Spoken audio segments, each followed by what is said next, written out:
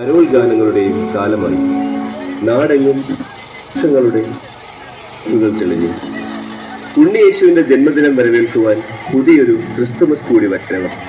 ഏവർക്കും ഹൃദ്യമായ ക്രിസ്തുമസ് മംഗളാശംസകൾ നേരുന്നു. മനം കുളിരുന്ന മഞ്ഞ് പെയ്യുന്ന രാത്രിയിൽ രക്ഷകന്റെ വരവിനായി ഒരുങ്ങിയപ്പോൾ ഭൂമിയും അതിലെ സർവ്വ ജീവജാലങ്ങളും ആ ദിവ്യരക്ഷകന്റെ ജനനത്തിൽ ആനന്ദചിത്തരായി. ദൈവപുത്രന്റെ ജനനത്തോടെ ആ ദൈവ ചൈതന്യം ഭൂമിയിലുള്ള സകല മനുഷ്യമക്കളുടെയും മേൽ നിറയുകയും ചെയ്തു. അതൊക്കെ അവിടെ നിൽക്കട്ടെ. നിങ്ങളെ സ്വർഗത്തിലേക്ക് നോക്കിക്കേ, ആ മാലാഖമാരെ ശ്രദ്ധിച്ചേ.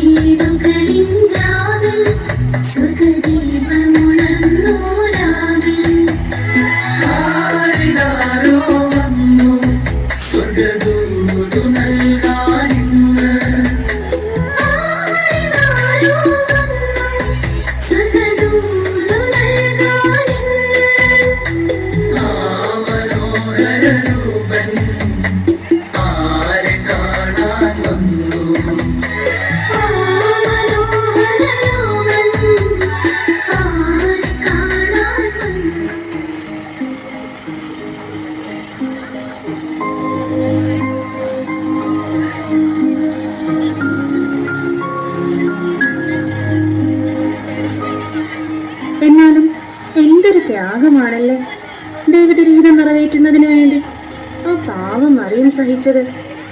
അതൊക്കെ ഇവിടെ നിന്ന് കണ്ടിട്ട് എനിക്ക് ആകെ സങ്കടം തോന്നി. നീ പറഞ്ഞത് വളരെ ശരിയാ. ഞാനും അതൊക്കെ ശ്രദ്ധിക്കുകയായിരുന്നു.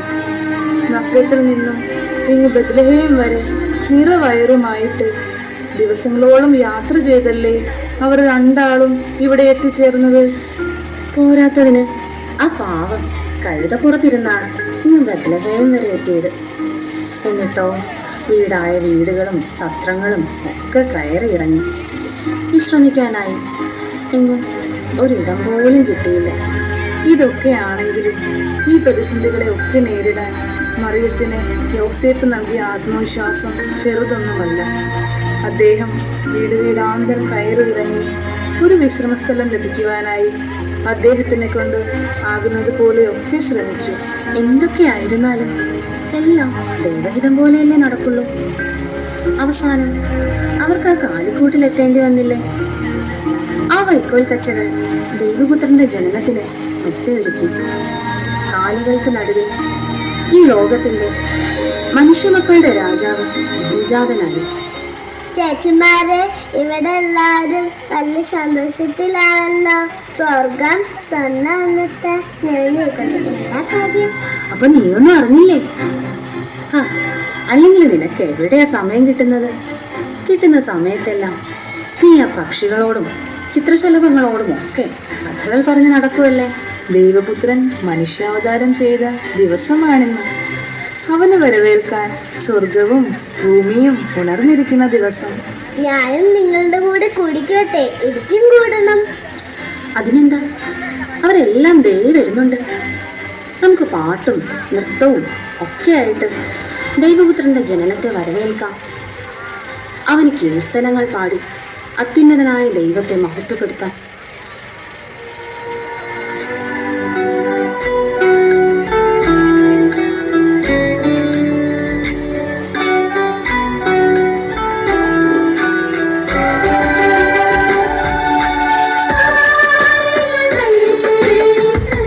പാടി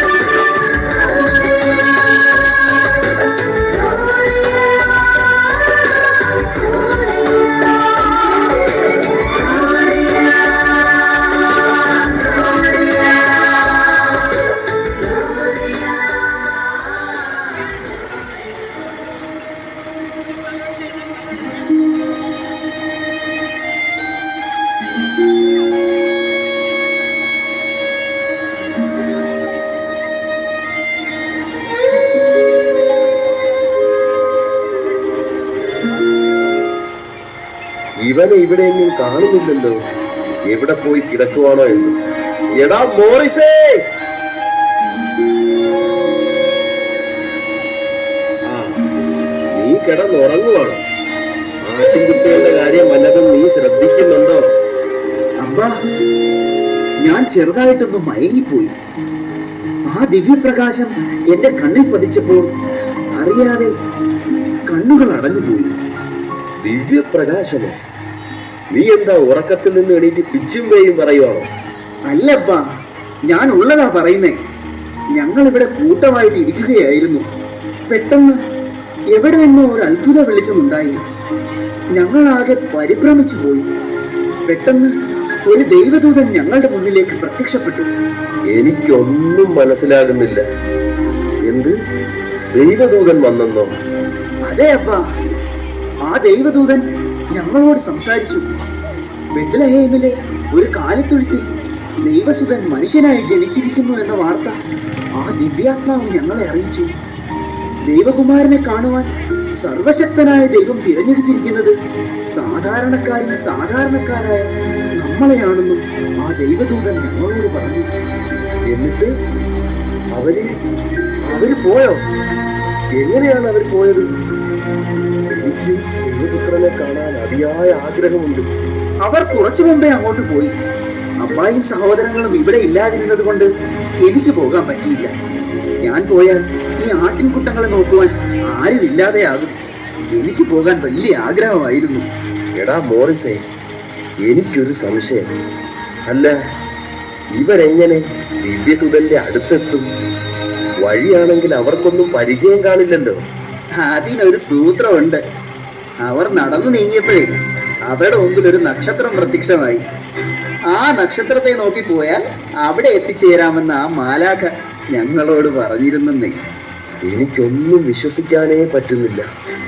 പിന്നെ ദൈവസുതൻ മനുഷ്യനായി പിറന്നിട്ടുണ്ടെങ്കിൽ അവനെ കാണുവാനും ആരാധിക്കുവാനും സാധാരണ മനുഷ്യരായ നമ്മെ ദൈവം തിരഞ്ഞെടുത്തിട്ടുണ്ടെങ്കിൽ ആ ദൈവത്തിന് എത്ര നന്ദി അർപ്പിച്ചാലും മതിയാകില്ല. നീ നിന്റെ സഹോദരന്മാരെയൊക്കെ വിളിക്ക്. നമുക്ക് ആ സർവശക്തനെ വാഴ്ത്തി സ്തുതിക്കും.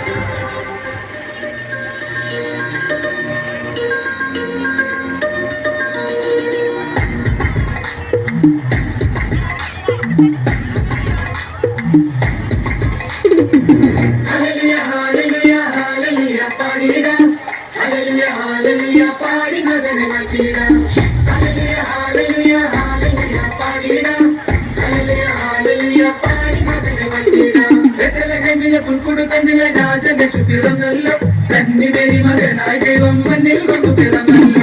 ബെത്ലഹേമിലെ പുൽക്കൂട് തന്നിലെ രാജനേശു പിറന്നല്ലോ. തന്നിമേരി മകനായി ദൈവം മണ്ണിൽ വന്നു പിറന്നല്ലോ. ഹല്ലേലൂയ ഹല്ലേലൂയ ഹല്ലേലൂയ പാടിടാം. ഹല്ലേലൂയ ഹല്ലേലൂയ പാടി മകനെ വാഴ്ത്തിടാം.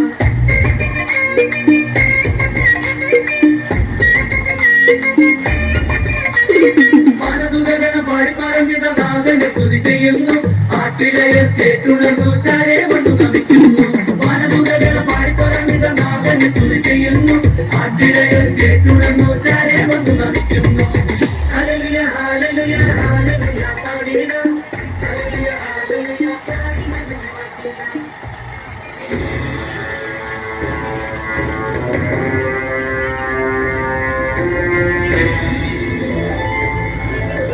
ബെൽത്താസറെ, ഇന്ന് നമ്മൾ എങ്ങനെയാണ് മുന്നോട്ട് പോവുക? ആ വെള്ളി നക്ഷത്രം കാണുന്നില്ലല്ലോ. ശരിയാണ്, ആ നക്ഷത്രത്തെ കാണുന്നതേയില്ല. നമ്മളിപ്പോൾ മഹാരാജാവായ ഹെറോദോസിൻ്റെ കൊട്ടാരത്തിലെത്തിയിരിക്കുകയല്ലേ? അദ്ദേഹത്തോട് ചോദിച്ചാലോ? അത് വളരെ നല്ല ആശയമാണ്. അദ്ദേഹത്തിന് എന്തായാലും ദൈവപുത്രൻ്റെ ജനനത്തെപ്പറ്റി അറിയാതിരിക്കില്ല. നമുക്ക് അങ്ങോട്ട് പോകാം. മഹാരാജാവേ, അങ്ങേക്ക് വന്ദനം. പൗരസ്ത്യ രാജ്യത്തെ രാജാക്കന്മാരായ മെൽഷ്യർ, കാസ്പർ, ബെൽത്തസർ, നിങ്ങൾക്ക് സ്വാഗതം. മഹാരാജാവേ, ഞങ്ങൾ അങ്ങയുടെ സഹായം യാചിച്ചാണ് ഇവിടെ എത്തിയിരിക്കുന്നത്.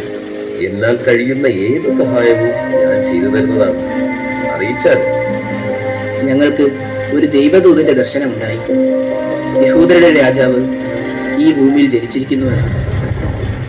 ഞങ്ങൾ ആ ദൈവദൂതനെ കാണുവാനും കാഴ്ചകൾ സമർപ്പിക്കുവാനും അതിയായി ആഗ്രഹിച്ചു വന്നതാണ്. എന്നാൽ ഞങ്ങൾക്ക് വഴികാട്ടിയായി ഒരു വെള്ളി നക്ഷത്രമുണ്ടായിരുന്നു.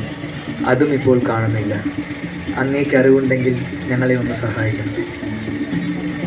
യഹൂദർക്ക് ഞാനല്ലാതെ മറ്റൊരു രാജാവ് ജനിച്ചിരിക്കുന്നുവെന്നും ഇവന്മാരുടെ കയ്യിൽ നിന്നും പൂർണ്ണ വിവരങ്ങൾ ശേഖരിക്കണം.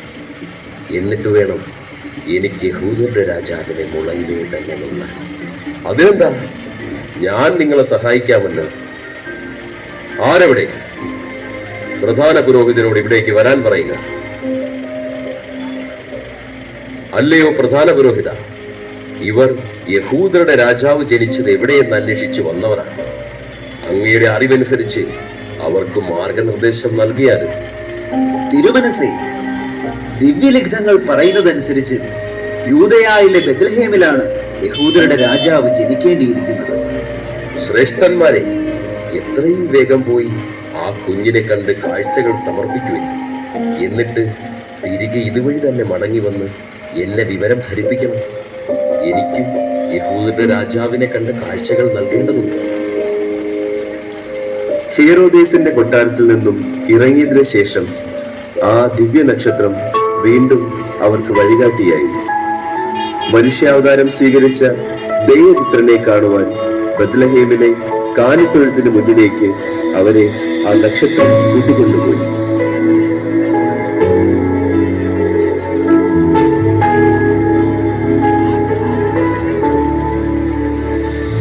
പരിശുദ്ധൻ മഹോന്നത ദേവൻ പരമെങ്ങും വിളങ്ങും മഹേശൻ സ്വർഗീയ സൈന്യങ്ങൾ വാഴ്ത്തി സ്തുതിക്കുന്ന സ്വർലോകനാഥനാം മിശിഹ. പരിശുദ്ധൻ മഹോന്നത ദേവൻ പരമെങ്ങും വിളങ്ങും മഹേശൻ സ്വർഗീയ സൈന്യങ്ങൾ വാഴ്ത്തി സ്തുതിക്കുന്ന സ്വർലോകനാഥനാം മിശിഹ.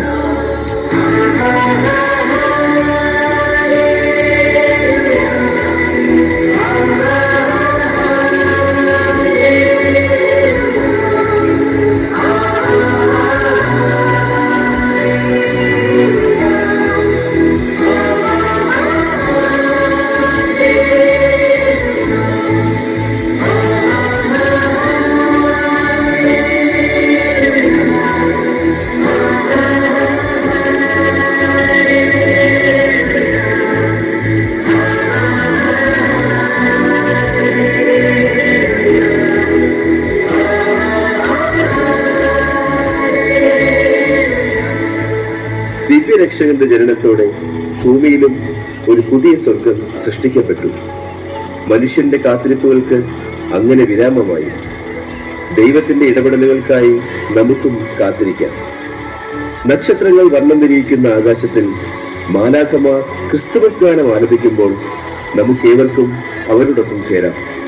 ഏവർക്കും കുമ്പളം സെയിന്റ് മൈക്കിൾസ് ചർച്ചിന്റെ ഹൃദയം നിറഞ്ഞ ക്രിസ്തുമസ് ആശംസകൾ. ഗബ്രിയേലിന്റെ ദർശന സാഫല്യമായി സർവലോകർ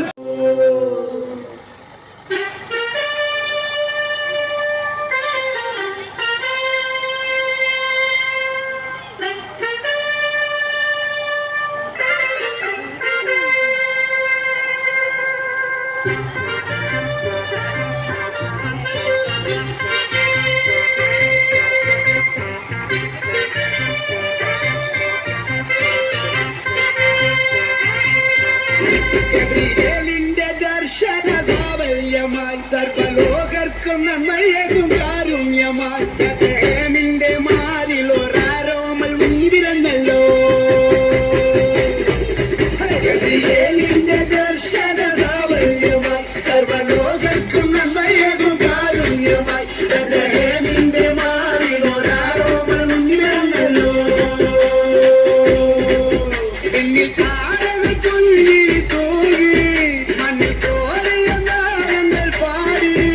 അവൻ പള്ളിക്കറ്റയണിഞ്ഞിട്ട് കണ്ണും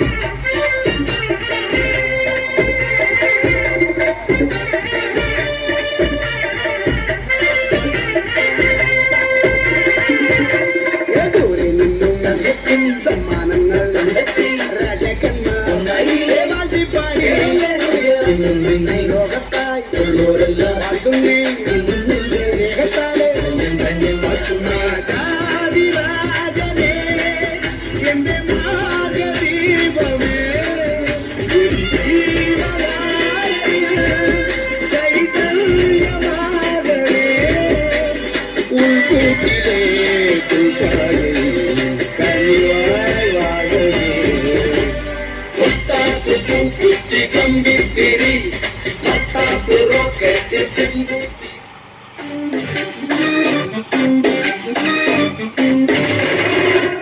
We wish you Christmas, Merry Merry Christmas, fragrance of Jesus, Daddy everywhere.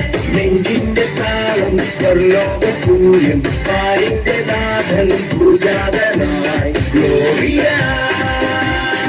ഗീതം പാടിയ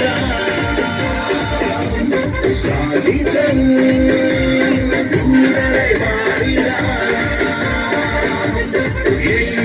ആഘോഷപൂരം നിറകണ്ണുകൾ കാണുന്നേരം സ്നേഹതീരം ശരകവിയും നേരമായി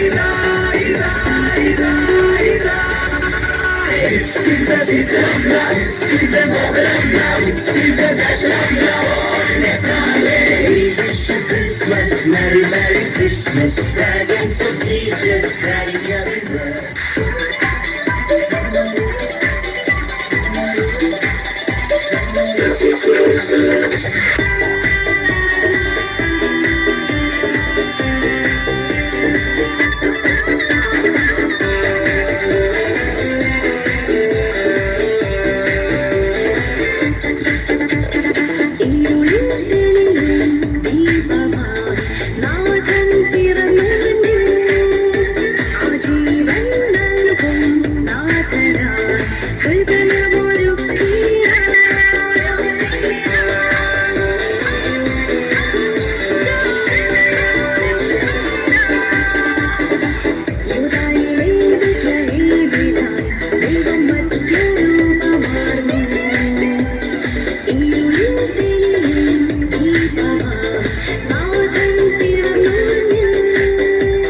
ദൈവത്തിന്റെ നേരിട്ടുള്ള സന്ദേശം, ഇത് സ്വർഗത്തിന്റെ കയ്യൊപ്പുള്ള സംഗീതം.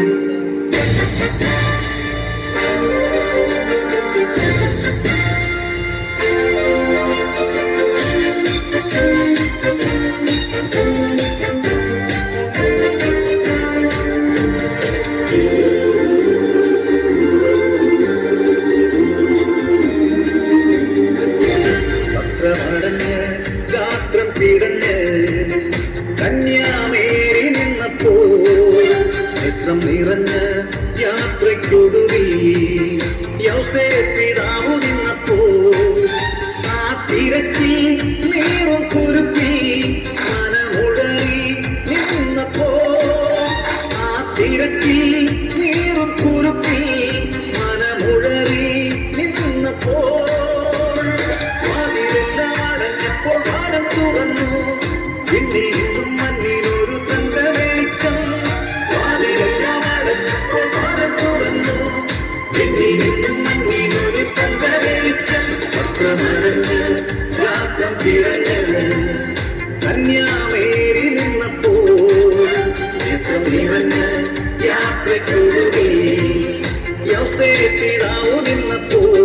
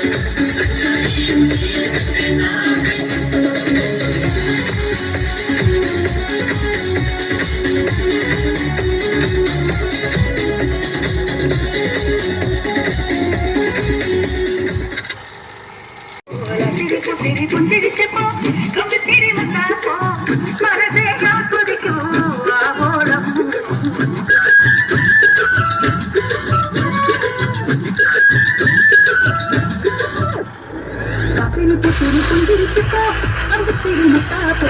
പൊട്ടിരി പൊട്ടിരി പുഞ്ചിരിച്ചപ്പോ കണ്ടിത്തിരിവത്താപ്പോ മനസ്സെ ആസ്വദിക്കൂ ആവോളം